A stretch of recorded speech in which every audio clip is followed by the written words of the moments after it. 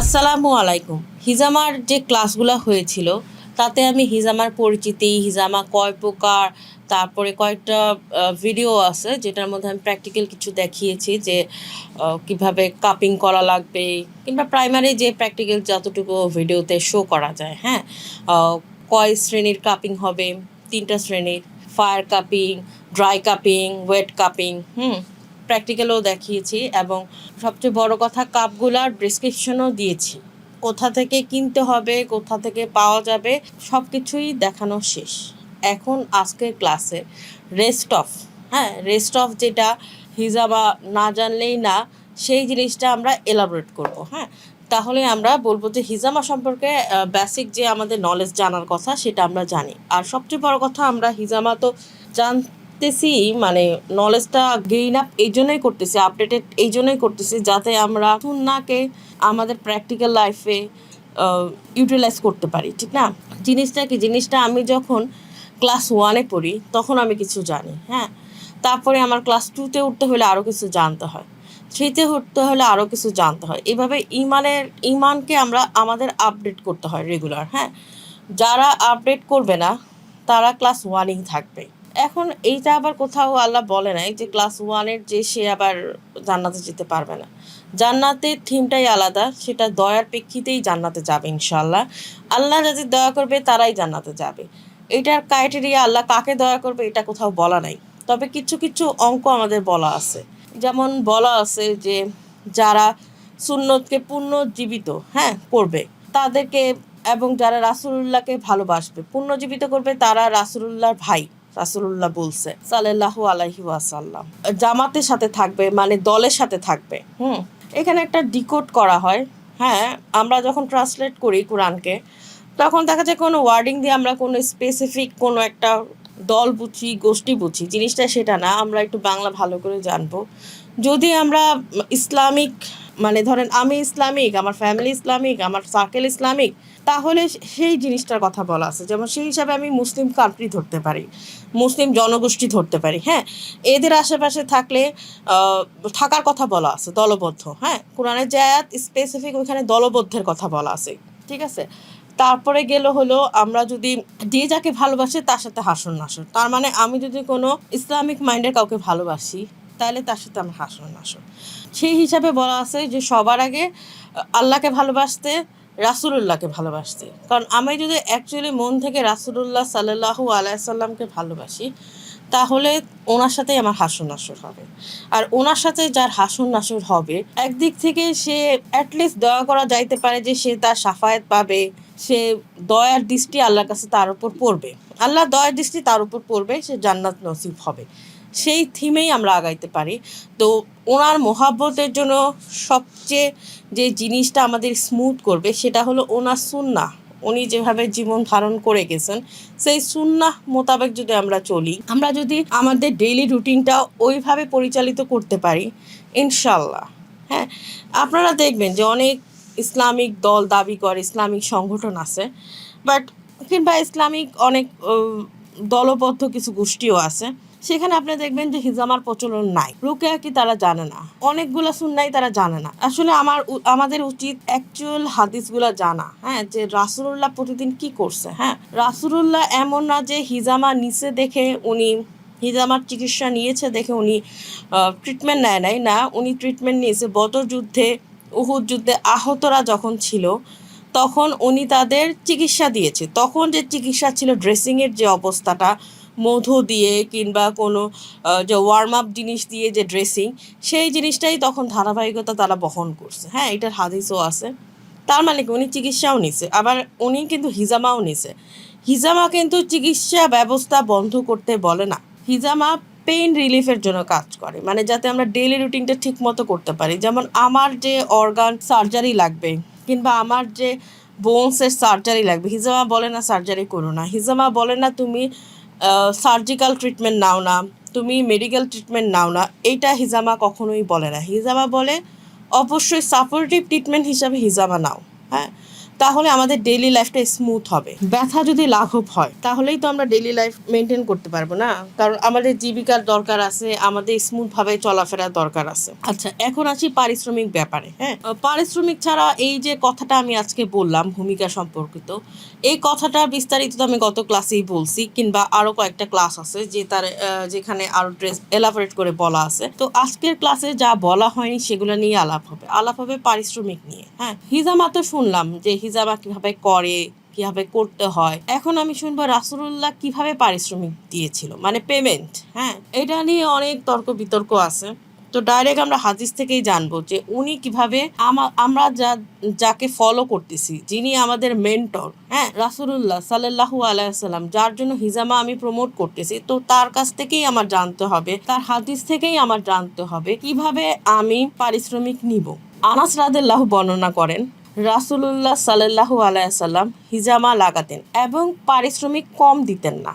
মানে এই পারিশ্রমিক কমের কথা বলতে হলো নেগোসিয়েশন, কিংবা ধরেন দামাদামি যেটা আমরা বলি। হ্যাঁ, কিংবা ধরেন কম দিয়ে যে একটা লোকসান দিয়ে যে একটা, যে তুমি যা দিছো কিনছো সেটাই, মানে লাভ দিয়েই হ্যাঁ দিতেন তিনি, কাউকে পারিশ্রমিক কম দিতেন না। এটা হলো বুখারীর হাদিস 2280। বুখারী। এখন বুখারীর যেহেতু হাদিস, এইটা সার্চ করলে হয়তো বা গুগলে চলে আসবে, নাম্বার হয়তো বা এদিক সেদিক হতে পারে, কিংবা আপনাদের যদি বুখারীর হাদিসের বই থাকে তাহলে পেয়ে যাবেন। তার মানে কি রাসূলুল্লাহ কাউকে কম দিতেন না। হ্যাঁ, এটা আনাস রাদিয়াল্লাহু বলছেন।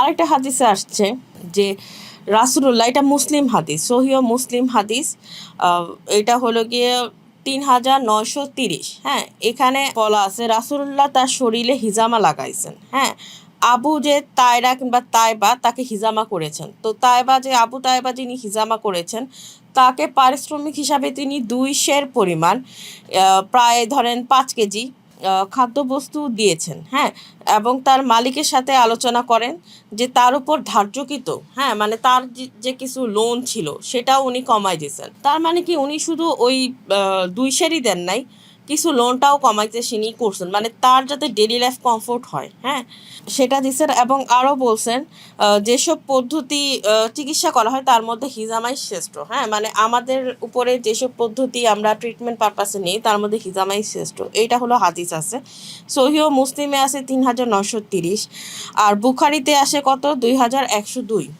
তো তার মানে কি রাসূলুল্লাহ পারিশ্রমিকও দিছেন এবং তাকে যাতে কমফোর্ট হয় সেই ব্যবস্থাও করছেন। মানে কি শুধু উনি পারিশ্রমিক দিয়েই শেষ করেন নাই, ওনার আরও কিছুও কমাই দিয়েছেন। তার মানে সেই হিসাবে কিন্তু ওনার পারিশ্রমিক কত আসে, 5 কেজি না, ওকে 2 সের পরিমাণ। আমার যদি ইকুইপমেন্ট পারপাসে খরচ হয় 70 টাকা, আমি যদি কাপ পারপাস 90 টাকা 100 টাকা নিই, 30 টাকা আমার পারিশ্রমিক প্রতি কাপে। হ্যাঁ, তাহলে আমার যদি পারিশ্রমিক না পাওয়ার কথা থাকে তাহলে ওই 30 টাকাটা আমি পাবো না, আমাদের দিয়ে যায়। সেই সব জিনিসের মধ্যেই আমাদের হিকমা থাকে। ব্লেড নিয়ে রাস্তাঘাটে 2 টাকার ব্লেড কিনলাম, 1 টাকার ব্লেড কিনলাম। হ্যাঁ, সার্জিক্যাল ব্লেড বাদ দিয়ে, সার্জিক্যাল ব্লেড অনেক শার্প। হ্যাঁ, 8 টাকা লাগে, আমি 2 টাকার একটা খসড়া ব্লেড কিনলাম, টুস করে কাইটা দিলাম, নিলাম অনেক পারিশ্রমিক, কিন্তু অ্যাকচুয়ালি আমি কিন্তু খারাপ থেরাপিস্ট। হ্যাঁ, তাহলে সুন্নাহ কিন্তু ফলো হইল না। তবে এটা একটা দিক আমি বললাম। তবে সবচেয়ে হিজামার বেনিফিট যে কি, যে যত বাজেভাবেই হিজামা করুক, হোক না হোক, জাদু যার উপর আছে হিজামাতে জাদু যাবে। একদম হিজামা থেরাপিস্ট কাইটটা আমাকে পাস করে দিক, হ্যাঁ, আমাকে শেষ করে দিক, কিন্তু তারপরেও আমার জাদুর যে ইফেক্ট সেটা যাবে। আমি একটা ঘটনা বলি, কেন এই বিষয়টা আমি বললাম। আমার কাছে রিসেন্ট না, অনেক ভিডিওই আসে। হ্যাঁ, আমাকে রাকিরা ফোন দেয়, আমাকে হুজুররা ফোন দেয়। এখন হুজুররা তো কখনো আমার কাছে তো এমনিও পুরুষ আলাও না, বাট আমি তো ফোন সবারই ধরি। তো হুজুররা কয়েকটা ভিডিও পাঠাইছে, হ্যাঁ, যে তারা মুয়াজ্জিন দিয়ে করছে, কিংবা যারা একটু একটু জ্ঞান পারে, হ্যাঁ, তাদের দিয়ে করছে। এখন জায়গাটা এমন হয়েছে যে তাদের ওইখানে কারো সেলাই লাগছে, কারণ ওই জিনিসটা পচেই গেছে, কারো বানের মতো ইনজুরি হয়েছে, কার 15 দিন অ্যান্টিবায়োটিক খাওয়া লাগছে। কিন্তু হিজামা নিয়ে যদি আমার অ্যান্টিবায়োটিক খাওয়া লাগে, হিজামা নিয়ে যদি 1 মাস আমার বার্নের ট্রিটমেন্ট করা লাগে, হিজামার পরে যদি আমার ওই সারফেসে সেলাই লাগে, এটা কি আসলে হিজামা? হিজামা তো একটা সিম্পল, হ্যাঁ, সার্জিক্যালও ট্রিটমেন্ট না, হিজামা একটা সাপোর্টিভ ট্রিটমেন্ট। এইটা নিলে আমার আরাম লাগবে, এইটা নিলে আমার স্কিন গ্লো করবে, এইটা নিলে আমার সার্কুলেশন বাড়বে। তাহলে এই জিনিসটা নেওয়ার কারণে আমার যদি এত ডিসঅ্যাডভান্টেজ হয়, তাহলে তো এই জিনিসটা সুন্নাহ হতে পারে না। হ্যাঁ, এইটা একটা বড় কোশ্চেন। এই কোশ্চেনগুলা যখন আমার কাছে অ্যারাইজ হলো তখনই আমি ঘাঁটতে ঘাঁটতে দেখলাম না রাসূলুল্লাহ নিজেই ২ টা ফাইন লাইন করে গেছে। তাদের দ্বারা এটা হয়। তখন আমি ইনভেস্টিগেশন করলাম, ফার্দার জিজ্ঞাসা করলাম। তখন শুনলাম যে তারা ব্লেড হিসাবে সার্জিক্যাল ব্লেড ইউজ করে নাই, নরমাল ব্লেড ইউজ করছে। শোনেন, এখন যে পারে তার কাছে সব কিছুই নর্মাল থাকবে। হ্যাঁ, যেমন আমি ডক্টর, আমার কাছে সার্জিক্যাল ব্লেড কি তরোয়াল কি আমি জানবো কতটুকু কাটতে হবে, বা সবাই সে নলেজটা পাবে না। আমি অহংকার করতেছি না, আলহামদুলিল্লাহ। আমি বলতেছি মানে জ্ঞানের কথা। হ্যাঁ, যে মেডিকেল সেক্টর না সেও হিজামা করতে পারবে এমন না, হিজামা করার জন্য অনেক বেশি মেডিকেল জ্ঞান থাকা লাগবে। বাট কিছু জিনিস ফলো তার করতে হবে। সে যেন তেন জিনিস দিয়ে কাটতে পারে না। সে যেহেতু অভিজ্ঞতা নাই তার, সে বুঝবে না যে কোন জিনিসতে কতটুক কাটলে, কতটুক পার্টস করলে কতটুক কি হইতে পারে। কারণ আমাদের এখানে ভেসেল থাকে, আমাদের এখানে সুইট গ্ল্যান্ড থাকে, আমাদের এখানে অনেক কিছু থাকে। আমি এটাকে নর্মাল ভাবতেছি, বাট ইটস নট নর্মাল। হ্যাঁ, এটা খুবই প্যাথোলজিক্যাল ইস্যু হতে পারে। হ্যাঁ, এটা কিন্তু নর্মাল না। হ্যাঁ, এটা আমার মাথায় রাখতে হবে। তো আমরা যেটা শিখলাম যে পারিশ্রমিকের ৩টা হাদিস, ক্লাস, ইউটিউব ভিডিও কিংবা রিল কিংবা ফেসবুক পেজ কিংবা আমার যে ওয়েব লিঙ্কে যারা স্টুডেন্ট, যারাই আমার ক্লাসটা করতেছে, সবাই যাতে সেই ধরনেরই থেরাপিস্ট হইতে পারে যে তারা যদি রাসূলুল্লাহকেও হিজামা করাইতো, তারা যাতে বেনিফিট পাইতো। হ্যাঁ, তারা যাতে পারিশ্রমিক পাইতো। আমি এটাই আশা করব। ঠিক আছে, ইনশাল্লাহ। এখন আমরা জানবো কোন কোন রোগের আমরা হিজামা করব। হ্যাঁ, হিজামা তো সব রোগের হবে না, কিছু কিছু রোগ অবশ্যই বাদ যাবে। আবার কিছু কিছু রোগের জন্য হিজামাটা মারাত্মক উপকারী। যেমন আমি যে ব্যথার বেশিরভাগ হলো পেইন ম্যানেজমেন্টের জন্য হিজামা কাজ করে। তো এটা একটা কোশ্চেন থাকে, আপনি যদি চেম্বার দেন কিংবা সেন্টার দেন, যেটাই দেন, আপনাকে বলবে আমার তো এই সমস্যা, তাহলে কি হিজামা সম্ভব কিনা। হ্যাঁ, তো ভালো যে আপনি ডিজিজটা সম্পর্কে একটু জ্ঞান রাখলেন। হ্যাঁ, এটা আমার বইয়ের 49 নাম্বার পৃষ্ঠায় আছে। হ্যাঁ, আমার বইটা হলো হিজামা অবহেলিত সুন্নাহ। তো এইটা আপনার রকমারি, তারপরে ধরেন ওয়াফি লাইফ, আরও কিছু পাবলিকেশন যেখানে আছে সেখানে পাবেন। এটা এমনি বের হয়েছে হলো পাথফাইন্ডার পাবলিকেশন থেকে। বইটা কালেক্ট করে আপনি পড়তে পারেন। হ্যাঁ, এটা ভালো বইটা সামনে থাকলে। আমি যদি 49 নাম্বার পৃষ্ঠা খুলি, তাহলে সেখানে ডিজিজ লেখা আছে, রোগ অনুযায়ী হিজামা পয়েন্টে লেখা আছে। পয়েন্টগুলো আমি একটু পরে আলাপ করতেছি। পয়েন্টটা কী হবে, একদম সহজ। হ্যাঁ, পয়েন্টের জন্য কোনো মাথা খারাপ করা লাগবে না। অনেকেই আমাকে বলে হিজামার পয়েন্ট জানার জন্য ক্লাস করতে যায়। তো যাই হোক, পয়েন্টটা আমি এত স্মুথভাবে পড়াই দিব যে ইনশাল্লাহ এরপরে আপনাদের তেমন কিছু করা লাগবে না। হ্যাঁ, এটা খুব ইজি। আর যদি আমি অনেক এলাবোরেট করে কিংবা অনেক কঠিন করে পড়াইতে চাই, তাহলেও সম্ভব। আসলে সেই জিনিসটাই সবচেয়ে ভালো, যে জিনিসটা সবচেয়ে ইজি হয় আমাদের জন্য। হ্যাঁ, আমরা কেন টিচার রাখি, আমরা কেন প্রাইভেট টিউটর রাখি, যাতে জিনিসটা সবচেয়ে সিম্পলি ওয়ে সে বের করে দিতে পারে। যে যত সিম্পল ওয়ে বের করে দিতে পারবে, মাথা তত তাড়াতাড়ি ক্যাচ করবে। তো আমি চেষ্টা করব সেই সিম্পল ওয়েটা বের করার। এছাড়া আপনারা অনলাইনে অনেক পাবেন যেখানে অনেক মেডিকেল টার্ম ইউজ করা, ফাংশন বলতেছে, মেডিকেলে বোনস বলতেছে। আসলে সত্যি কথা কি, আমরা পড়ছি মেডিকেলে 5-6 বছর। হ্যাঁ, হয়তো বা ইউনানি পড়ছে 4 বছর। হিজামার জন্য এত কিছু লাগে না। হ্যাঁ, হিজামার জন্য এত কিছু লাগে না, অ্যাকচুয়ালি লাগে না। এখন আমি যদি আমার এইটা ফলো দেখাতে চাই আপনার উপরে, হ্যাঁ, আপনি একটা নন মেডিকেল পার্সন কিংবা মেডিকেলি পার্সন, হ্যাঁ, ফলো দেখাতে চাই, অনেক কিছু দিয়ে আমি দেখাতে পারবো আপনাকে। এইটার জন্য এই এই এটার জন্য এত পড়া দরকার নেই।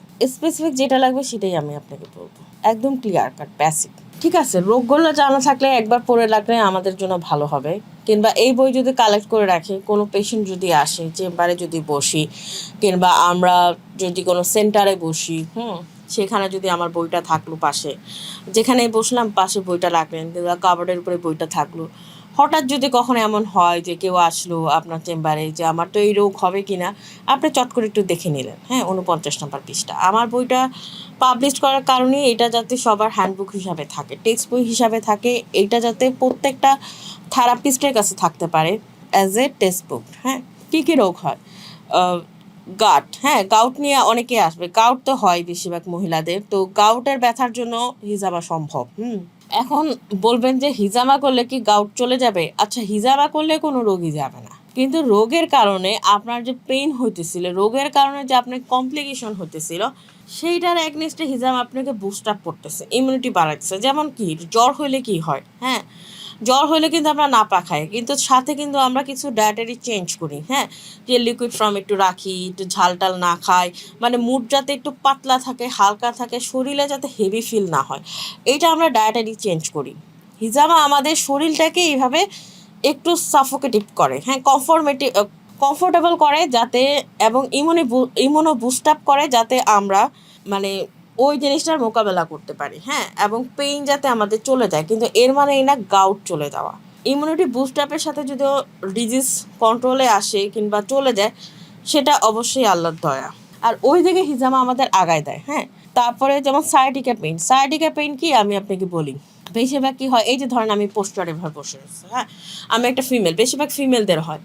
আমাদের বডির একদম স্পাইনাল কর্ড, মানে আমাদের যে মেরুদণ্ড বলা হয়, একদম লাস্ট, হ্যাঁ, লাস্টের যে হাড়টা আছে ওটা অনেক ছোট, ওইখানে আমাদের শরীরের যে ভার, হ্যাঁ, ওয়েট, এইটা কিছু কিছু পুরা বডির ওয়েট কয়েকটা স্ট্রাকচার ট্রান্সমিটেড হয়। যেমন আমি আপনাকে বলি, যেমন আপনি যখন ঘর করবেন, হ্যাঁ, কিংবা বিল্ডিং করবেন, তখন খুঁটি দেন, তো সেইভাবে বুঝেন যে আমাদের শরীরে খুঁটি আছে, সবগুলা বোনস খুঁটি না, খুঁটি হিসাবে কিছু কিছু বোনস কাজ করে, তো সেই জায়গাগুলোয় প্রেশার যাওয়ার কারণে বডির যে লাস্ট পার্ট, মেরুদণ্ডের যে লাস্ট পার্ট, সেখানে একটা ব্যথা হয়, সায়াটিকা, ওটাকে বলে সায়াটিকা পেইন। বেশিরভাগ এভাবে বসার কারণে, আমি যেভাবে বসে রয়েছি এইভাবে বসার কারণে হতে পারে। ফিমেলদের বেশিরভাগ হয়, কারণ ফিমেলদের বেশিরভাগ কাজই বসার কাজ, মানে তারা যে, আমি বলতেছি না তারা মানে জিনিসটাকে আমি আপনাকে বলি, বসার কাজ যেমন কাটতেছে, রান্না করতেছে, থালা বাসন ধুইতেছে। থালা বাসন তো এখন ধরেন আপনার দাঁড়ায় দাঁড়ায়ও ধোয়া যায়, ঠিক আছে, বাট কাটতেছে, কুটতেছে। এখন আমরা পোস্টারগুলো চেঞ্জ করছি যে নিয়ে কাটিং করি, হ্যাঁ, টেবিলের উপর করে, কিন্তু আগে কি করতো, নোয়ায় বটি দিয়ে, হ্যাঁ, কিংবা ধরেন বসেও, হ্যাঁ, দেখা যায় যে বেশিরভাগ কাজই আমাদের বসার কাজ থাকে, কিংবা এইভাবে থাকে যে পিঠের উপরে আমাদের একটা চাপ আসে, হ্যাঁ, তো ওই জায়গাটার কারণে আমাদের সায়াটিকা পেইন হয়। আবার সিজারের পরেও হইতে পারে সায়াটিকা পেইন। তো সায়াটিকা পেইন বেশিরভাগ মহিলাদের হয়, তবে সায়াটিকা পেইন হয়, হ্যাঁ। তো এই পেইন রিলিফের জন্য আমরা হিজামা নিতে পারি, ঠিক আছে, ওকে। হলো ব্যাক পেইন, যেটা বললাম লাম্বার স্পন্ডাইলোসিস, হ্যাঁ, এবং হলো ব্যাক পেইন। এই জিনিসটা কি হাড় ক্ষয়, হ্যাঁ, মেন কথা হলো লাম্বার স্পন্ডোলাইসিস হলো লাম্বার 4-5-এর একটা, যে আমাদের মানে প্রত্যেকটারই তো একটা ডিস্ক থাকে, ডিস্কের মধ্যে ডিজেনারেশন হয়ে যায়। মানে আমি আপনাকে বলি জিনিসটা, এই যে ব্যাগ, হ্যাঁ, ব্যাগ আমি ইউজ করতেছি, হ্যাঁ, এখন আমি ব্যাগ ছিঁড়ে গেল, তার মানে এটা ক্ষয় হইলো, হ্যাঁ, ওই লাম্বারেগুলার কিছু অংশ ক্ষয় হয়ে যায়, মানে ছিঁড়ে যাওয়া না, মানে ধরেন ওইখানে একটা ডিসকমফোর্ট এরিয়া তৈরি হয়। আপনারাও তো অ্যানাটমি জানার দরকার নেই, অ্যানাটমিক্যাল যদি আমি পড়ে আপনারা বুঝতে পারবেন না, সত্যি কথা যেটা, হ্যাঁ, কাজে এত বুঝা লাভ নাই। আর আপনি বুঝতে চাইলে আপনি গুগল করেন, হ্যাঁ, ডিজেনারেশন মানে আপনি গুগল করেন, হ্যাঁ, তবে সংক্ষিপ্ত বাংলা ভাষায় বুঝেন হলো ক্ষয়। এই যে যেমন ব্যাগটা ক্ষয় হয়ে গেলে ব্যাগটা আমি ইউজ করতে পারবো না, কিংবা ব্যাগটা সেলাই দিয়ে আমার ইউজ করা লাগবে, ঠিক ওইখানে কিছু না কিছু আমার ট্রিটমেন্ট করা লাগবে, সার্জিক্যাল ট্রিটমেন্টে আমরা আসলে কখন যাই, যখন দেখি যে না, এইটা এমন অবস্থা যে এত কম্প্রেস হচ্ছে যে সার্জিক্যাল ইন্টারভেনশন দরকার, তখন আমরা সার্জিক্যাল ট্রিটমেন্টে যাই। বাট সার্জিক্যাল ট্রিটমেন্টে যাক না যাক, এই ব্যথা পারসিস্ট করে, ঠিক আছে। তো এই ব্যথা রিলিফের জন্য এই হিজামা করলে আপনি এই ব্যথা থেকে দূরীভূত হবেন, বাট ওই জায়গাটা আপনার ঠিক হয়ে যাবে তা না, ঠিক আছে। যেমন সেলাই করলে ব্যাগটা নতুন হয়ে যাবে না, সেলাই করলে ব্যাগটা রিইউজেবল হবে। হিজামা সবসময় সাপোর্টিভ ট্রিটমেন্ট, কিউরেটিভ ট্রিটমেন্ট আপনার সার্জিক্যাল ট্রিটমেন্ট, ঠিক আছে, ওকে। তারপরে আসলো রিমোটিক আর্থ্রাইটিস, হ্যাঁ, আর্থ্রাইটিস ওই একই কথা, যে আর্থ্রাইটিসের পেন মানে আঙ্গুলের ব্যথাগুলা, হ্যাঁ। তারপর ধরেন বড় বড় সব ধরনের আর্থ্রাইটিসই, হ্যাঁ, যে বড় বড় অস্টিও আর্থ্রাইটিস, তারপর বলেন রিমোটেড আর্থ্রাইটিস, যত ধরনের আর্থ্রাইটিস আছে ব্যথা, হ্যাঁ, ওই ব্যথাগুলো আপনার দূর হবে, হ্যাঁ। দূর জিনিসটা কি আমি আপনাকে বলি, এখন সারা জীবনের জন্য টাটা দিবে তা না, জিনিসটা হইতে পারে যে আপনার 2-3টা সেশন হিজামাতে লাগতে পারে। আবার এমন হতে পারে যে 2-3টা সেশনে না হয়ে আপনার একটা সেশনেই অনেক কমে গেল, যে বছরে শুধু শীতের সময় আপনার ব্যথা আসে, হ্যাঁ। কিংবা হলো প্রতি বছর একবার করলেও হয়, এনি এনি কেস হতে পারে। তবে হিজামা করলে আপনার ব্যথা রিলিফ হবে। এখন কতটুকু রিলিফ হবে, কত মাসের জন্য রিলিফ হবে, কত দিনের জন্য, কত বছরের জন্য, এইটা টোটালি আপনার বডি ডিপেন্ডেন্ট এবং আল্লাহর দয়া ডিপেন্ডেন্ট। হ্যাঁ, এটার সাথে থেরাপিস্টের কোনো মানে নেই, রিলেশন নাই। থেরাপিস্টের রিলেশন থাকতে পারে যদি থেরাপিস্টের উপর আল্লাহর দয়া থাকে যে তার হাত দ্বারা করলে আপনার রিলিফ হয়ে যাবে, সেটা হতে পারে, মানে এটা দয়ার কেস। হ্যাঁ, তবে দূরীভূত হবে মাস বছর, এটা দয়ার উপরে। আচ্ছা, তারপর আসতেছে একই জিনিস সব সার্ভিক্যাল স্পন্ডোলাইসিস, মানে ঘাড়ে ব্যথা। হ্যাঁ, ঘাড় বেড়ে যায় কিংবা ক্ষয় হয়ে যায়, যাই হোক। এই যে ধরেন এই যে এরকম করে আমি নুয়াই রয়েছি, হ্যাঁ, এরকম করে তো কম্পিউটারে সবাই কাজ করি আমরা, দেখা যায় যে সবাই তো না, মানে অফিসিয়াল যারা জব করে, তো ঘাড়ের মধ্যে একটা প্রেশার পড়ে। হ্যাঁ, তো ওই প্রেশারটাও চলে যায় যদি আমি হিজামাটা করি। হ্যাঁ, তখন আমি কি করব, আমি আরও ধর এই প্রেশারের জন্য 1-2 দিন লিভ নিলাম, ওই লিভটা আমার লাগলো না। হ্যাঁ, শুক্রবার দিন ছুটির দিনে কিংবা অন্য কোনো ছুটির দিনে ঘুমায় টুমায় আমার সলভ হয়ে গেল, ওটার জন্য এক্সট্রা আরও আমার অনেক ছুটি লাগলো না, আমার ডেইলি লাইফ হ্যাম্পার হইলো না। ছুটিটা আমি অন্য কাজে লাগাইলাম, তার মানে যে অফিসিয়াল ছুটি নিব না তা না, ছুটিটা আমি অন্য কাজে লাগাবো। ওকে, তারপরে এরকমই লেগ ক্র্যাম্পিং, মানে ওই যে আমি আপনাকে বলি, আপনি ঘুমাইলেন, হ্যাঁ, পা চিবাই আসে না, পা এত টান টান শক্ত হয়ে যায় যে উঠতে পারি না, চিৎকার চেঁচামেচি। হ্যাঁ, তো এই যে এটা হলো মাসেল রিজিট হয়ে যাওয়া। হ্যাঁ, মাসেল রিজিট হয়ে যায় কি, মাসেলের মধ্যে পর্যাপ্ত পরিমাণ যদি নিউট্রিশনের ডেফিসিয়েন্সি হয়, যেমন পটাশিয়ামের ডেফিসিয়েন্সি, ইলেকট্রোলাইট, এগুলো তো ইলেকট্রোলাইট, এগুলোর ডেফিসিয়েন্সিতে অনেক সময় মাসেল থাকে না, রিজিট হয়। হ্যাঁ, মাসেল হলো আপনার যেমন থাকার কথা, বিল্ড আপ থাকার কথা, তেমন বিল্ড আপ থাকে না, মেন কথা মানে হলো মাসেলের যে ডিসকমফর্ট, সেটার জন্য লেগ ক্রাম্পিং হয় লেগ মাসেলে। আর একটা জিনিস আমাদের মনে রাখতে হবে, লেগ থাই যার যত সুস্থ সে ততটা সুস্থ, ঠিক আছে? এটা হলো আমাদের একটা ক্লিনিক্যাল একটা ইফেক্ট। হ্যাঁ, ক্লিনিক্যাল একটা আইন যে, কারণ সব কিছুই শেষ হয় লেগ দিয়ে। হ্যাঁ, যেমন আপনার ধরেন আপনার সায়াটিকা পেইনে আছেন, হ্যাঁ, আপনার ওই পা হাঁটতেই সমস্যা হবে, আপনার কিডনি সমস্যা, পায়ে পানি আসবে, আপনার যাই হবে, পায়ে আপনার একটা রিলেটেড থাকবেই, মানে লাস্ট এটা আপনার নকিং। হ্যাঁ, যে আপনার পা সুস্থ না, মানে বডির অবস্থা খুবই ড্যামেজ হয়েছে। হ্যাঁ, আপনার এটা একটা নকিং। আর ইসলামে পা হইল ইসের পথে, ইসলামিক পথে সিম্বল। তার মানে পায়ের যত্ন আপনি নিতেই হবে, পায়ের যত্ন আপনি নিতেই হবে। পা যার যত, এটা যদি আমি স্পিরিচুয়াল আই হিসাবে চিন্তা করি, পা যার যত পারফেক্ট এবং পা যার যত অ্যাক্টিভ, সে ইসলামিক পথেও তত অ্যাক্টিভ এবং তার বডি ফিটনেসও তত পারফেক্ট। পাই আপনাকে ইন্ডিকেট করবে যে আপনি সুস্থ আছেন কিনা। এটা একটা স্পিরিচুয়াল আই, যেটা আপনি ধরেন অনেক আধ্যাত্মিক লেভেলে গেলে বুঝতে পারবেন। ঠিক আছে, এর জন্য পায়ে যত্ন নিতে হবে। পা কামড়ানো মানে আপনি কলা খাবেন, পটাশিয়ামের ডেফিসিয়েন্সি, আরও কিছু আছে ডায়েটারি, সেটা ধরেন অন্য ব্যাপার। বাট হিজামার জন্য আপনি তখন এটা দিলে, হিজামা করলে ইমিউনিটি বুস্ট আপের কারণে এই পায়ের চিবানো আপনার বন্ধ হবে, লেগ ক্রাম্পিং। ঠিক আছে, তারপর হলো হাত ঝিনঝিন করা, যে কোনো ঝিনঝিন মিনঝিন মানে হলো আপনার নার্ভের মধ্যে ভিটামিন B12 সমস্যা, আপনার নার্ভের ডেফিসিয়েন্সি, মানে যেই রুট লেভেলে আপনার দেওয়ার কথা। ধরেন আমি এখন কথা বলার জন্য, হ্যাঁ, আমার এখন গলা পরিষ্কার করা লাগবে, গলার স্বর লাগবে। হ্যাঁ, আমি ঘুমায় থাকলে তার কথা বলতে পারবো না। আমাকে যদি খাবার না দেয়, একদম আমি ডিহাইড্রেটেড, আমি কি কথা বলতে পারবো? তেমন নার্ভেরও সিস্টেমগুলো আছে, আপনি তো নিউট্রিশন জিনিসগুলো দিতে হবে, পৌঁছাইতে হবে, না পৌঁছাইলে তার তো চলতে হবে। তখন সে একটা অর্গান থেকে যদি নেয়, সবসময় ধরেন সে একটা অ্যামাউন্ট নিত, সাপোজ ধরেন, হ্যাঁ, এখন আপনি সেই অ্যামাউন্টটা তাকে দিচ্ছেন না বাইরে থেকে, সে কী করবে? তার তো ওই অ্যামাউন্টই লাগবে। তখন কিছু কিছু অর্গানে ডেফিসিয়েন্সি হয়, এই ঝিনঝিন মিনঝিন চিনঝিন এগুলা। ঠিক আছে, আমি একদম বাংলা ভাষায় বুঝাই দিলাম।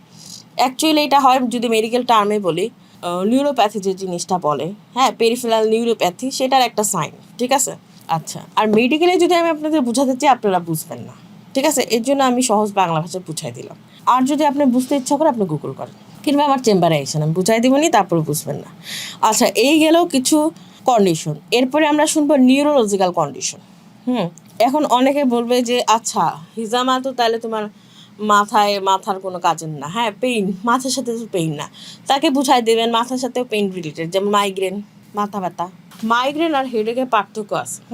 মাইগ্রেন আমরা সবাই নর্মালি বলে ফেলি মাইগ্রেন।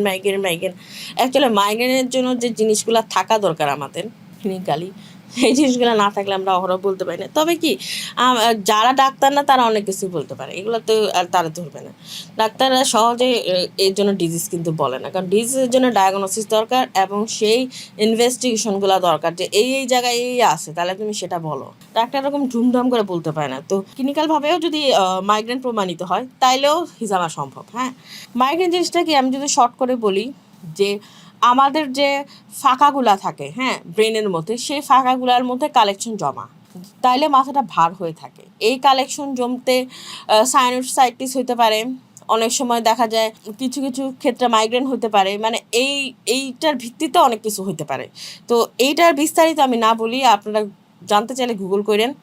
তবে এইটার সাথে মাথা ব্যথা রিলেটেড। হ্যাঁ, আর এই যে যে এমনি যে এগুলা সম্পর্কে যে তথ্য মেডিকেল জ্ঞান ছাড়া, সেগুলো তো আমি বলতে পারবো না। আমি যদি মেডিকেল পার্সন না হইতাম আমি বলতাম।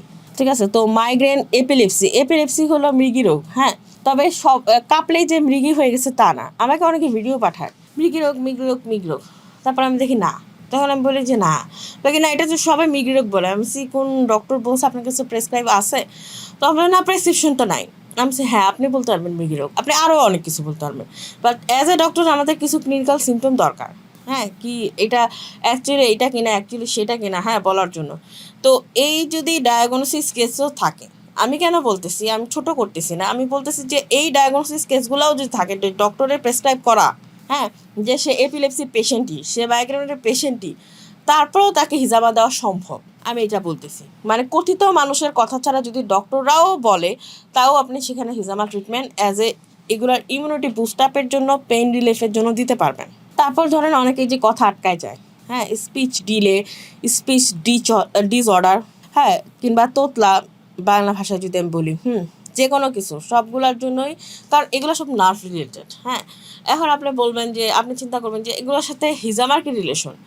হিজামার যে পয়েন্টগুলা সবগুলাই কিন্তু রুট লেভেলে কাজ করে। নার্ভের ইন্ডিং, নার্ভের অরিজিন, যেখান থেকে শুরু, আমরা যে ইঞ্জেকশন দিই, হ্যাঁ, ডক্টররা, কিংবা আমরা যে ওটি করি, সব তো আমরা ওই পয়েন্টগুলোতেই করি। হ্যাঁ, হিজামা মানে যেখানে কাটলে আমাদের জয়েন করলে ভালো, কিংবা যেইখানে আমাদের স্টিচ দিলে ভালো, সেভাবে আমরা যেমন করি, তো আমরা হিজামাতে পয়েন্টগুলো হলো নার্ভের অরিজিন আর ইন্ডিং অনুযায়ী। হ্যাঁ, ওই জায়গাগুলোয় মাসেলগুলো রিল্যাক্সেশন করা, যাতে ওইখানে সার্কুলেশন বাড়লে নার্ভের কাজ যাতে বাড়ে। নার্ভের কাজ বাড়ে মানে ইমিউনিটি বাড়বে, নার্ভের আন্ডারে যতগুলো কাজ আছে সে যাতে সেই কাজগুলো ভালোভাবে করতে পারে। আর নার্ভের কাজ যখন ভালো হবে, তখন এই ডিলে মানে নার্ভ রিলেটেড যে কাজগুলা, স্পিচ ডিসঅর্ডার, মানে নার্ভের কারণে যা হয়ে গেছে, কমপ্লিকেশন হিসাবে বলেন, ডিসঅ্যাডভান্টেজ হিসাবে বলেন, সেগুলো যাতে পিউরিফাই হয়, সেগুলো যাতে ঠিক হয়ে যায়। ওকে, তারপরে আছে পেরিফেরাল নিউরোপ্যাথি, ওই যে বললাম। হ্যাঁ, যে পেরিফেরাল নিউরোপ্যাথি কি, হ্যাঁ, ধরেন আপনার জিনিসটা কি, যে আপনার ব্যথা পাওয়ার কথা, আপনার সেন্সেশন থাকার কথা, সেখানে কোনো সেন্সেশন নাই। হ্যাঁ, এটা বেশিরভাগ ডায়াবেটিস পেশেন্টদের হয়। হ্যাঁ, আগুন লাগলেও তারা বুঝে না, তো কারণ তাদের ওই নার্ভিটা যায় না, ভোতা হয়ে যায়। বাংলা কথায় হলো ভোতা হয়ে যায়। হ্যাঁ, অনুভূতি ভোতা হয়ে যাওয়া। হ্যাঁ, এই যে ভোতা হয়ে যাওয়া, তার মানে কি নার্ভ তো অতটুকু কাজ করতেই পারতেছে না, কারণ অলরেডি অনেক তো কাজ করতেছে শরীর চালানোর জন্য, মানে আপনার লাইফটাকে কন্টিনিউ করার জন্য, যে ও আর ছোটো ছোটো কাজ ছেড়ে দিতেছে। ধরেন আমি একটা বাসার একটা কাজ করতাম, না ধরেন আমি 3 বেলা রান্নার 1টা বেলা রান্না করতাম। কোনো কারণে আমার যে হেল্পিং হ্যান্ড ছিল সবাই শেষ, এখন আমাকে দিল 3 বেলা রান্না করায়। 3 বেলা কি আমি পারফেক্টভাবে করতে পারবো না? আমি তখন চিন্তা করবো কি, 3 বেলায় যদি আমার করতে হয়, তাহলে আমি 3 বেলা কমাই ফেলবো। যদি 2 বেলা, দেখা যায় দুপুরবেলা যদি 4টা ডিশ হয়ে থাকে, সেখানে আমি একটা ডিশ বানাই ফেলবো, যেহেতু আমার 3 বেলা করতে হবে। হ্যাঁ, কিংবা আমি 2টা ডিশ বানাই ফেলবো। রাত্রে যদি হয় তাহলে আমি ওই দুপুরেরটাই গরম করে দিব, কারণ আমি তো একবেলা রান্নাতেই অভ্যস্ত। হ্যাঁ, তো এই জিনিসগুলো হবে, তখন কিন্তু ওই জিনিসগুলো ওইভাবে হবে না আগের মতো। তো নার্ভ জিনিসটাও ওইভাবে, যেহেতু তার উপরে এত প্রেশার আসতেছে, সেই ধরনের সে এলিমেন্ট দিচ্ছে না, তখন সে এভাবে ছাড়তে শুরু করবে। হ্যাঁ, এই যে গন্ডগোলগুলো, ভোতা হয়ে যাওয়া, এগুলো যখন আমি নার্ভকে রিল্যাক্স করে দিব, নার্ভকে পরিষ্কার করে দিব, ইমিউনিটি বাড়াই দিব, মানে নার্ভের আমি শক্তি বাড়াই দিলাম। ধরেন আমার শক্তি কোনোভাবে বাইরে গেল, কীভাবে বাইরে গেল, কিছু খাবার অর্ডার হয়ে আসতেছে, কিছু আবার দেখা যাচ্ছে প্রতিবেশী দিয়ে যাইতেছে।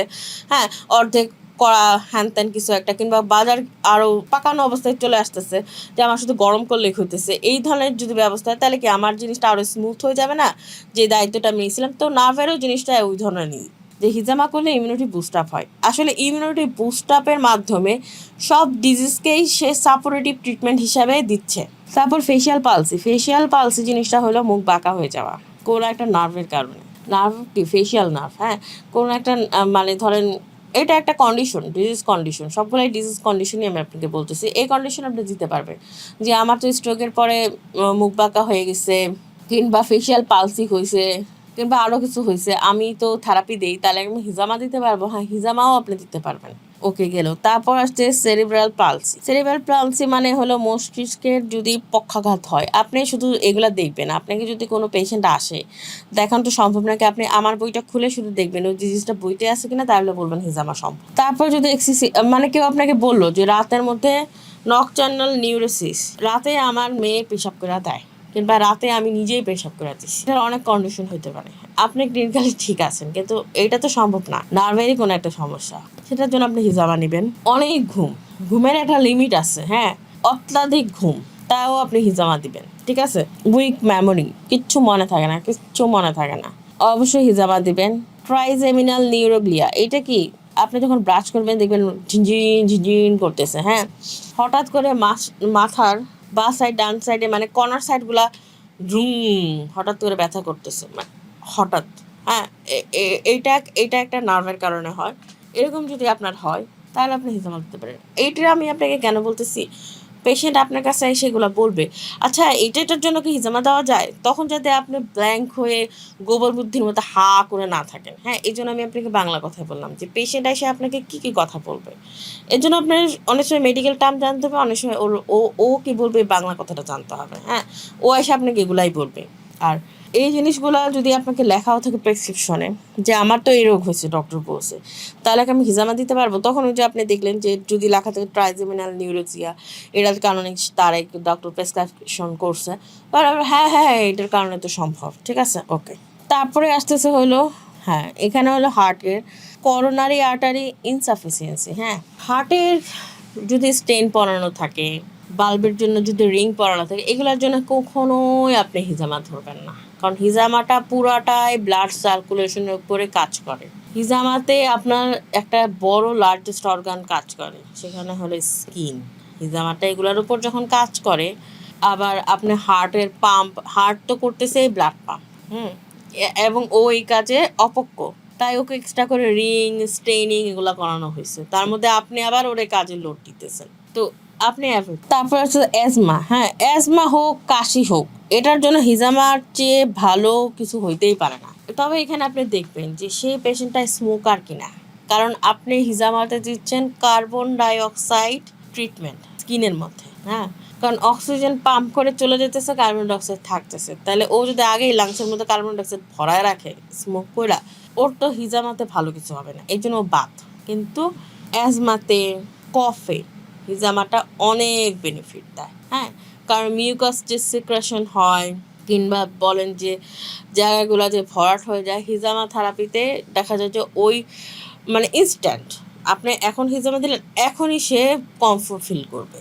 এবং কেউ যদি ঠান্ডার সমস্যা থাকে, ঠান্ডা কারদের হয়, ঠান্ডা, অ্যালার্জি, অ্যাজমা, যাদের ইমিউনিটি অনেক কম বডিতে, এবং যাদের দেখা যায় যে অনেকের বংশগত হইতে পারে অ্যালার্জিটা বেশি, ইমিউনোগ্লোবিন দেখবেন এই পরীক্ষাগুলো দেওয়া হয়। হ্যাঁ, তো এই যে জিনিসগুলো ইমিউনিটি রিলেটেড, হ্যাঁ, ওইটা যদি বাড়ায় দেয়, অলরেডি তো ইমিউনোগ্লোবিন বডিতে বাড়বেই, আর অ্যালার্জি লেভেলটা কমবে, তখন দেখা যায় যে ওই জিনিসগুলোও চলে আসে। তারপরে পেটের কোন সমস্যার জন্য দিবেন, হ্যাঁ, শোনেন, পেটের সব সমস্যার জন্যই দেওয়া সম্ভব। এখানে আমি একবার বলে যাই, গ্যাস্ট্রিক আলসার, কনস্টিপেশন, আইবিএস মানে irritable bowel syndrome, abdominal pain, cholecystitis, viral hepatitis, সব কিছুতে হিজামা দেওয়া সম্ভব।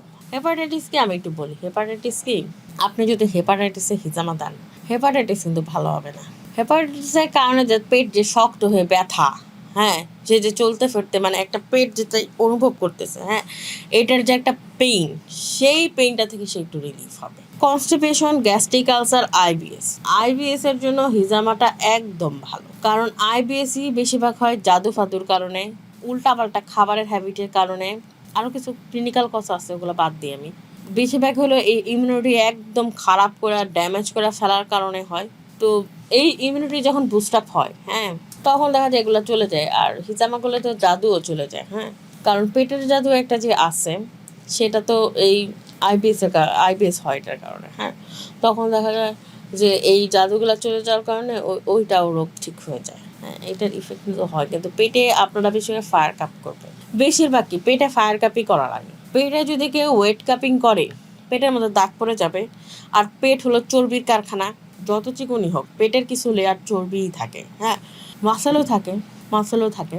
তবে ফায়ার কাপিং করলে যেটা হয়, ওই চর্বিটা একটু মানে ভালো রিডিউস হয়, ফ্যাট রিডিউস হয়, হ্যাঁ।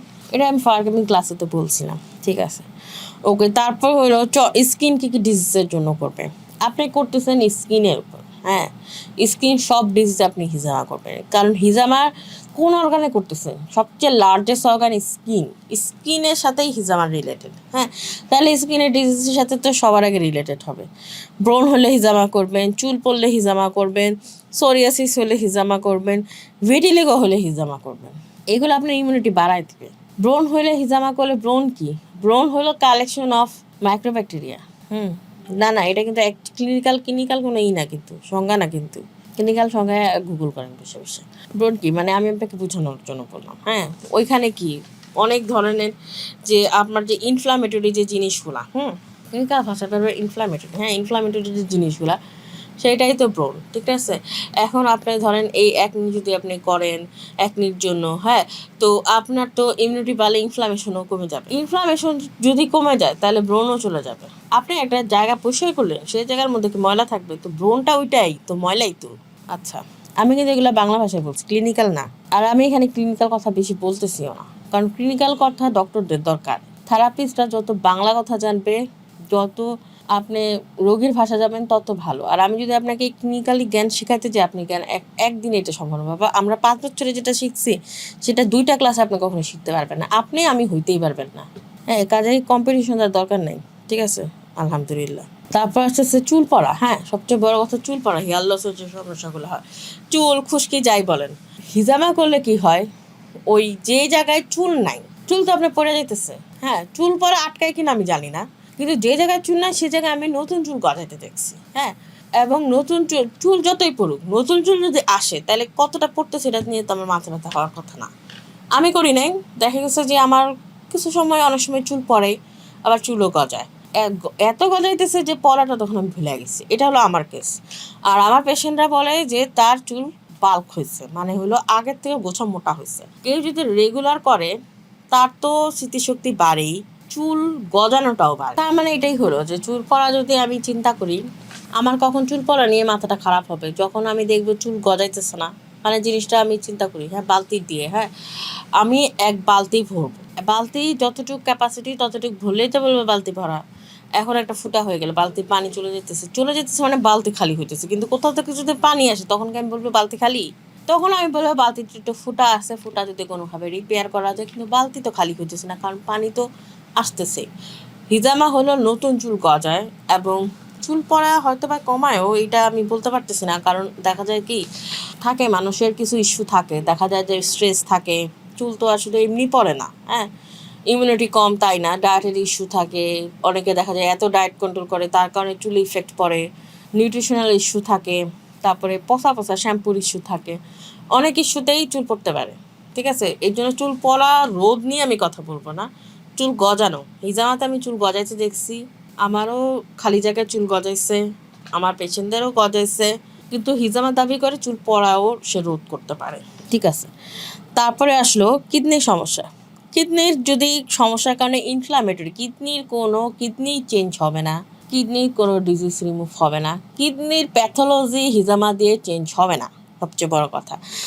কিন্তু কিডনির কারণে আপনার যে চলতে ফিরতে সমস্যা, সেইটার একটু রিলিফ হইতে পারে, বাট সিভিয়ার যারা কিডনি রোগী, ডায়ালাইসিস পেশেন্ট, মহিলা যাইতে পেশেন্টের হিজামা ওদের সাথে না। তারপরে আমরা হিজামা কোথায় করতে পারি, হ্যাঁ, থাইরয়েড ডিজিজ যদি হয়, থাইরয়েডের যে কোনো ডিজিজ, হ্যাঁ, থাইরয়েডের ডিজিজে আমরা হিজামা করবো, থাইরয়েড ভালো হয়ে যাবে না, কোনো ভালো না, আমার শুরু থেকেই বলতেছি এইটা একটা সাপোর্টিভ ট্রিটমেন্ট। থাইরয়েডের লেভেল কি আপনার ইমিউনিটি কমার কারণে হয়েছে না, থাইরয়েড যদি একবার আপনার ডায়াগনোসিস হয়, এটা মাথায় রাখতে হবে, আপনার সারা জীবন থাইরয়েডের ওষুধ খাইতেই হবে। হিজামা করার কারণে, থাইরয়েডের কারণে আপনার যে সমস্যাগুলা সেগুলো একটু ঠিক হবে, মানে ইমিউনিটি বুস্ট আপ হবে। হিজামা কিন্তু আপনার সবসময় সাপোর্টিভ কেয়ার হিসাবে কাজ করতেছে, এটা কিন্তু ডিজিজ আপনাকে শেষ করে দিতেছে না, বাট ডিজিজ আপনার এই কারণে কন্ট্রোলের পাওয়ারটা বাড়বে, ইমিউনিটি যেহেতু বাড়তেছে। ডায়াবেটিক্স ঠিক হবে না? ডায়াবেটিক্স কেন ঠিক হবে? ডায়াবেটিক্সের কারণে আপনার যে কমপ্লিকেশন, ডায়াবেটিক্সের কারণে আপনার যে অল্পতেই ব্যথা, অল্পতেই চলার শক্তি কম, অল্পতেই মাথা ঘুরাইতেছে, এই যে জিনিসগুলো আপনার ইমিউনিটিতে একদম খায়া দিতেছে, ওই জিনিসটা আপনার বুস্ট আপ হবে। অনেকে বলে, আমি দেখছি অনেক থেরাপিস্টরা বলে যে হিজামা করলে এটা ঠিক হয়ে যাবে, ওটা ঠিক হয়ে যাবে, কিংবা অনেকে বলবে যে ডায়াবেটিক্স আপনি এই করলে ঠিক হয়ে যাবে, ওই করলে। সুন্নাহ কি বলে? সুন্নাহ শোনেন, ইসলাম আপনাকে যেটা বলছে সেটাই। এখন এর কারণে যদি আপনি ইসলামকে খারাপ মনে করেন, এটা আপনার নফসের দোষ। বাট আমি ইসলামকে আপনার ভালো লাগার জন্য ডিকোড করতে পারবো না, গ্লোরিফাই করতে পারবো না, চেঞ্জ করতে পারবো না। ইসলাম যদি আমাকে বলে যে না, এটা দিয়ে প্রভাবিত হবে, কিউরেটিভ হবে না, হ্যাঁ, তাহলে আমি আপনাকে আপনার ভালো লাগার জন্য এটাকে কিউরেটিভ ট্রিটমেন্ট বলতে পারবো না। আমার এটা মেডিকেলও পারমিট করে না, সুন্নাহও পারমিট করে না। হিজামা অলওয়েজ সাপোর্টিভ ট্রিটমেন্ট, ঠিক আছে? ইসলাম যেটা আমাকে বলে আমি সেটাই বলবো, যেহেতু আমি সুন্নাহ প্রমোটই করতেছি ইসলামের জন্য। আল্লাহকে ভালোবাসি, রাসূল সাল্লাল্লাহু আলাইহি সাল্লামকে ভালোবেসে, ঠিক আছে? আর আমি যেটা বলতেছি সেটা মেডিকেলও আপনাকে বলবে না যে হিজামা নিলে আপনার এগুলো ভালো হয়ে যাবে। আর ভালো হওয়ার জন্য কিছু না, হিজামা কাজ করে নার্ভ রুটের উপরে, স্কিনের উপরে। স্কিন লার্জেস্ট অর্গান, কারণ স্কিন কি সব অর্গান যে হিজামা করলে আপনার সব ভালো হয়ে যাবে? হিজামা করলে আপনার সেই জিনিসটা রিলিফ হবে, যেহেতু এটা লার্জেস্ট অর্গানের উপর আপনার কাজ করতেছেন। মাথায় এগুলো রাখতে হবে। আর তারপরে যদি আপনার মনে হয় যে না, অনেকে আছে, অনেক ইসলামিক স্কলার দেখলাম মানুষের জন্য হাদিস চেঞ্জ করে কথাবার্তা বলতেছে, তার মনে হইতেছে যে এগুলা যেভাবে লেখা আমরা মানে বুঝতেছি না, সেভাবে বললে হয়তো বা মানুষ ইসলামকে খারাপ ভাবতেছে। আচ্ছা, যে খারাপ ভাবতেছে সে ভাবুক না, তার এটা নফসের সমস্যা। বাট আমাকে যদি এটা বইলা থাকে, এইটাই আমি যদি এটা সম্পর্কে না বুঝি, হয়তো বা এটা আমার হিকমার সমস্যা, আর যদি খারাপ লাগে এটা আমার নফসের সমস্যা।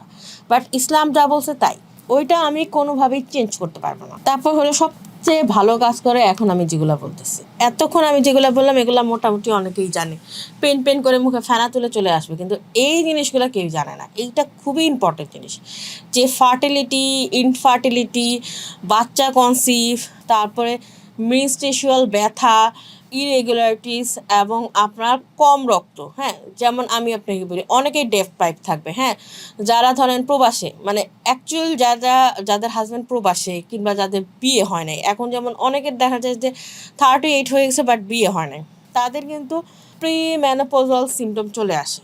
হ্যাঁ, এটা ডেপ্রাইভ করার কারণে, ডেপ্রাইভ থাকার কারণে, মানে যারা জেনুইন, যারা রাস্তাঘাটে করে বেড়াতেছে, আমি সেই সব পেশেন্টের কথা বলতেছি না, সেই সব কোয়ালিটির মানুষের কথা বলতেছি না, যারা জেনুইন ডেপ্রাইভ, হ্যাঁ, সিমটমগুলো অ্যারাইজ হয়, মানে তাদের যে হরমোনাল যে ডেফিসিয়েন্সি, কারণ হরমোন অনুযায়ী ম্যারিড হওয়ার কথা, কনজুগাল লাইফ শুরুর কথা, তাদের ফার্টিলিটির সময়, কিন্তু তারা তখন যে কারণেই হোক, এখন প্রবাসে জামাই গেছে সে কারণে হোক, জামাই মরে গেছে সে কারণে হোক, কিংবা বিয়েই হয় না সে কারণেই হোক, এই যে ডেপ্রাইভ, এটা হরমোনাল একটা ইস্যু হয়। হ্যাঁ, তখন দেখা যায় তাদের মেনস্ট্রুয়াল পেট ব্যথা বেশি থাকে, তাদের দেখা যায় যে প্রি ম্যানোপজাল সিমটমগুলো বেশি থাকে, যেমন ড্রাইনেস, ভ্যাজিনাল ড্রাইনেস, কিংবা বলেন মেনস্ট্রুয়াল ড্রেস যদি 4-5 দিনে হয়ে থাকে নর্মালি তাদের ইয়াং লাইফে, দেখা যায় যে এই তাদের 1 দিন 2 দিন, এইসব কেস আমি হিজামা করছি, এইসব কেসে হিজামার খুব ভালো ইফেক্ট পাওয়া গেছে, দেখা গেছে তারা 4-5 দিনে চলে আসছে এবং তাদের সব কিছু সলভ হয়ে গেছে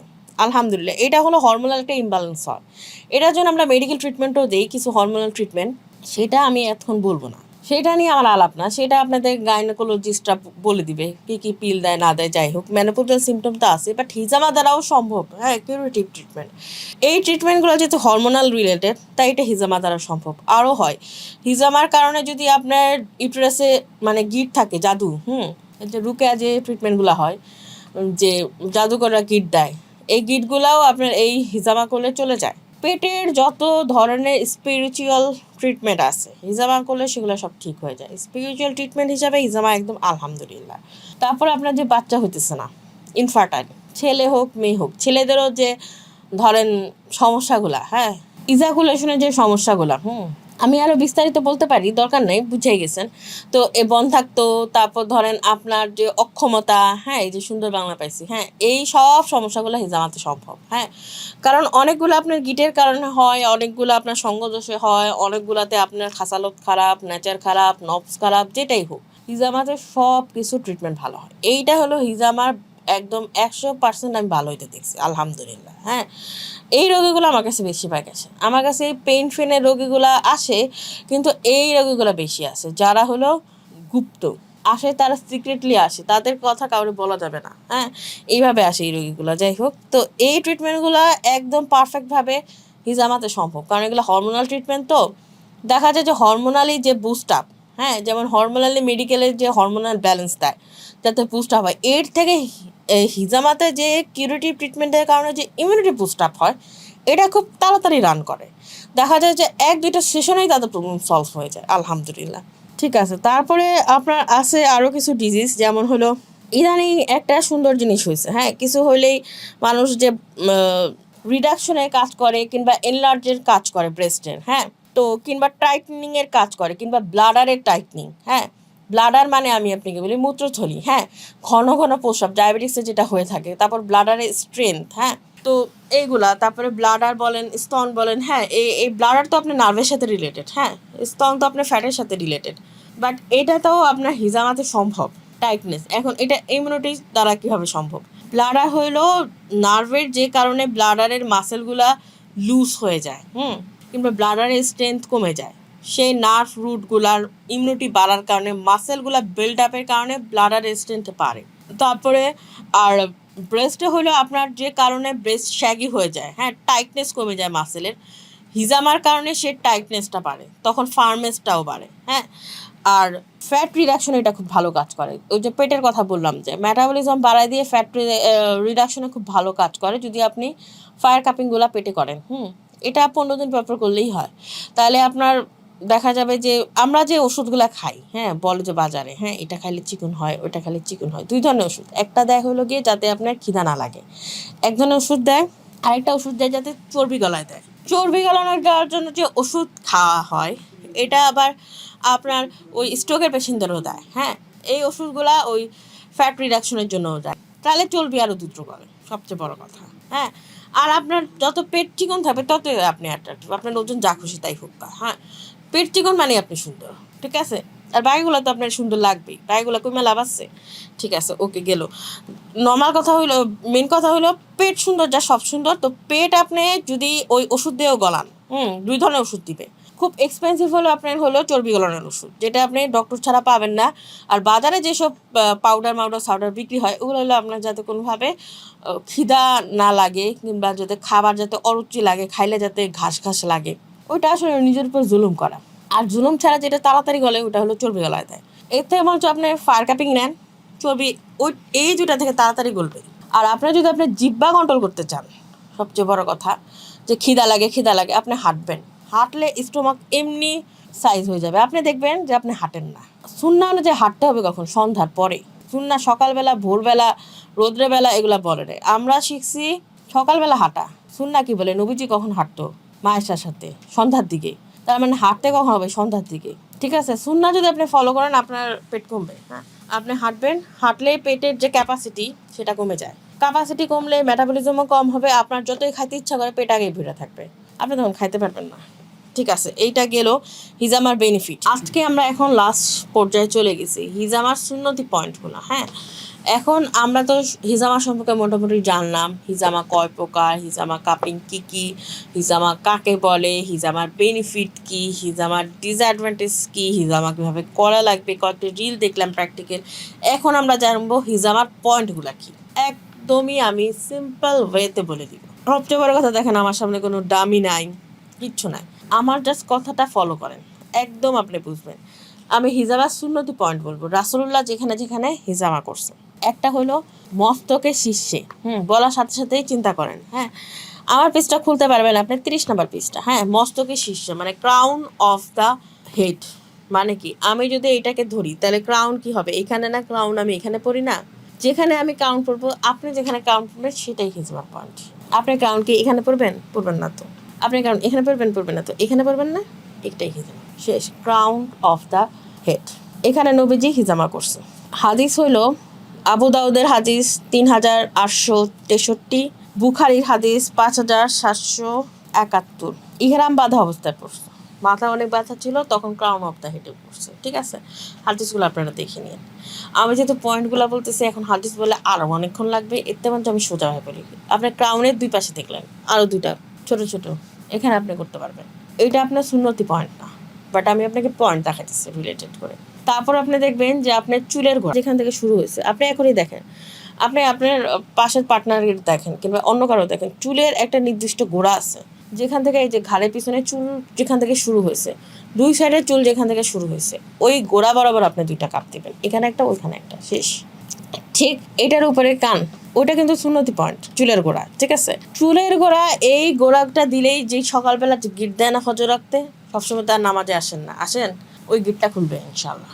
এটা হলো চুলের দুই গোড়ায় গিট দিতে, চুলের দুই গোড়ায় হিজামা পয়েন্ট। ঠিক আছে, এটারে বলে কাহিল নাকি কাহিল, পরেরটা ঘাড়েরটা।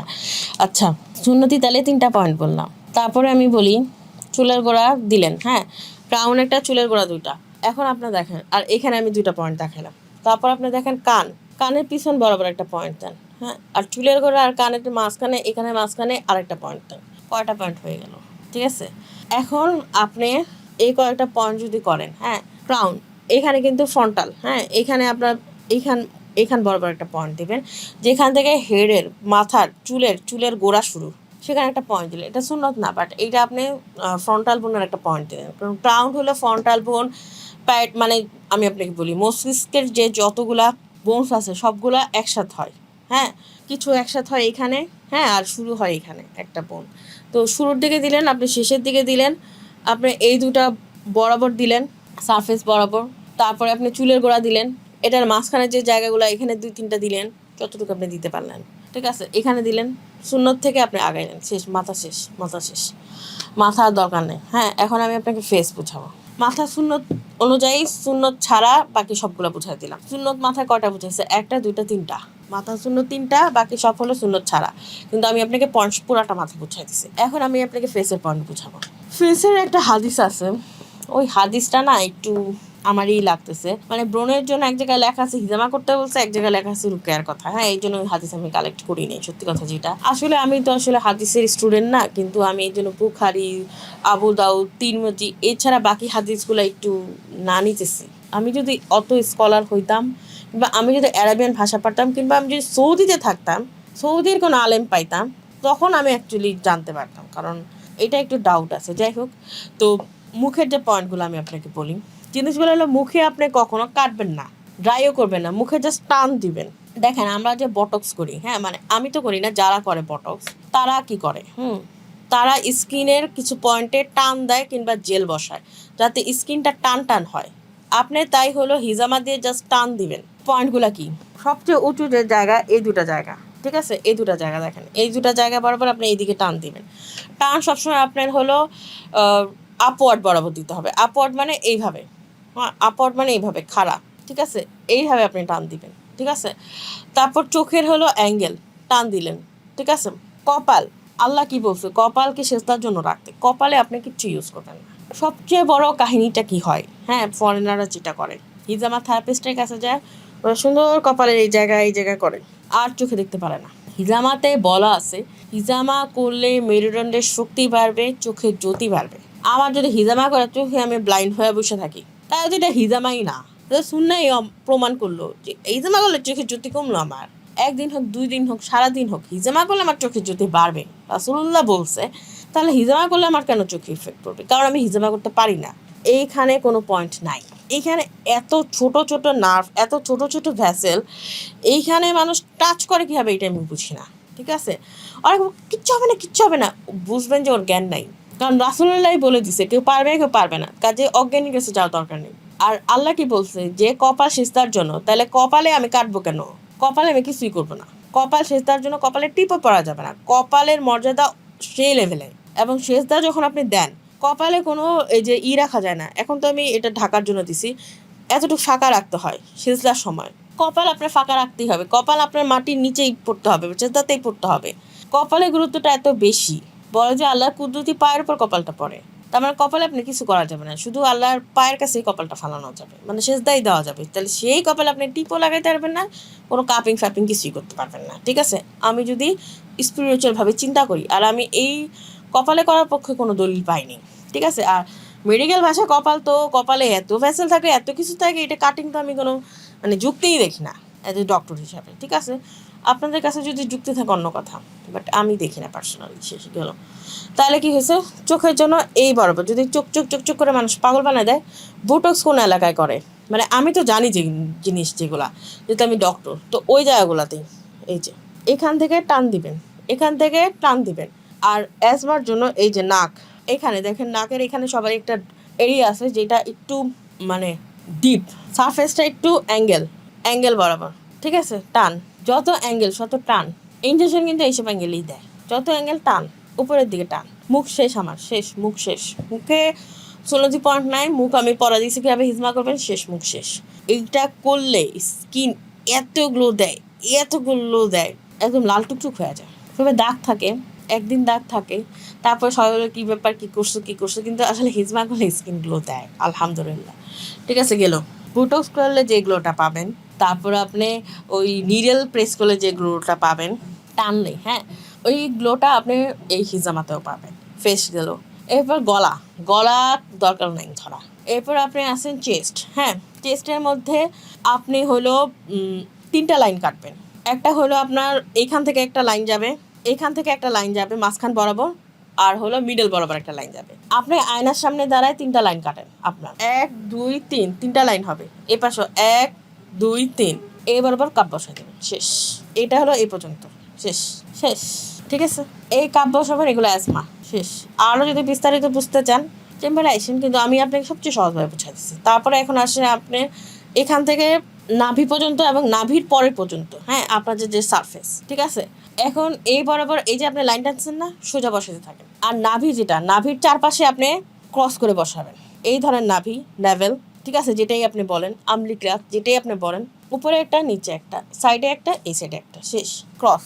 তারপরে এই ক্রস বরাবর উপরে উঠতে থাকবেন, নিচে নামতে থাকবেন। তারপরে থাই, হ্যাঁ, থাইয়ের জায়গাটা এরকম পিউবিক এরিয়া, ডিপ ত্রিকোণ বরাবর 3টা, এই কোণা না এই কোণা, শেষ। তারপরে শেষ হয়ে গেল। আপনার পুরো উপরেটা আমি দেখা দিচ্ছি, শেষ। পায়ের হলো কি, আমি আপনাকে বলি, পায়ের যে নি জয়েন্ট মানে হাঁটুর একদম পিছনে দেখবেন কিচ্ছু নাই, এই জন্য আপনি ওই জয়েন্টটা বাদ দিয়ে, অতটুকু সারফেসটা বাদ দিয়ে, হাঁটুর পিছনে যেটা, এটা সুন্নতি পয়েন্ট, হ্যাঁ, আপনি দেখেন 30 নাম্বার পাতা, 30-এ কি সুন্দর করে দেওয়া আছে, আচ্ছা, এই যে 33-এ দেখেন, 33-এ দেখেন, হাঁটুর পিছনে এই যে একটা পয়েন্ট দেখাচ্ছে না, হাঁটুর যেখানে ফাঁকা জায়গা, হ্যাঁ, ওখানে কিন্তু বসাবেন না, এখানে পয়েন্টটা একটু পিছনে গিয়ে বসাবেন, হ্যাঁ, একদম। আমি আপনাকে বলি, ধরেন আপনার যে হাঁটুটা, যেটাকে হাঁটু বলে, ওটার পিছনেই তো আপনার একটা ফাঁকা জায়গা, ওই জায়গায় কখনোই বসাবেন না। এই যে হাতের যে এখানে যে জায়গা, এখানে আপনি বসাবেন না। এটার পরে এখানে 2 আঙ্গুল ফাঁক রাখবেন, 2 আঙ্গুল, হ্যাঁ, এটা একটা পয়েন্ট। হাঁটুতে এরকম 3-4 আঙ্গুল ফাঁক রেখে ওইখানে একটা পয়েন্ট, এখানে একটা পয়েন্ট। তারপরে তার উপরে নিচে আপনি হলো ব্যথা অনুযায়ী পয়েন্ট, আপনার যে যে জায়গায় ব্যথা সেই জায়গায় আপনি বসাতে পারবেন। এটা হলো হাতের ক্ষেত্রে, পায়ের ক্ষেত্রে এই 2টা পয়েন্ট। এটা তো আমার ভাঁজ, ঠিক আছে, হাতে দুইটা বাদ দিয়ে এখানে।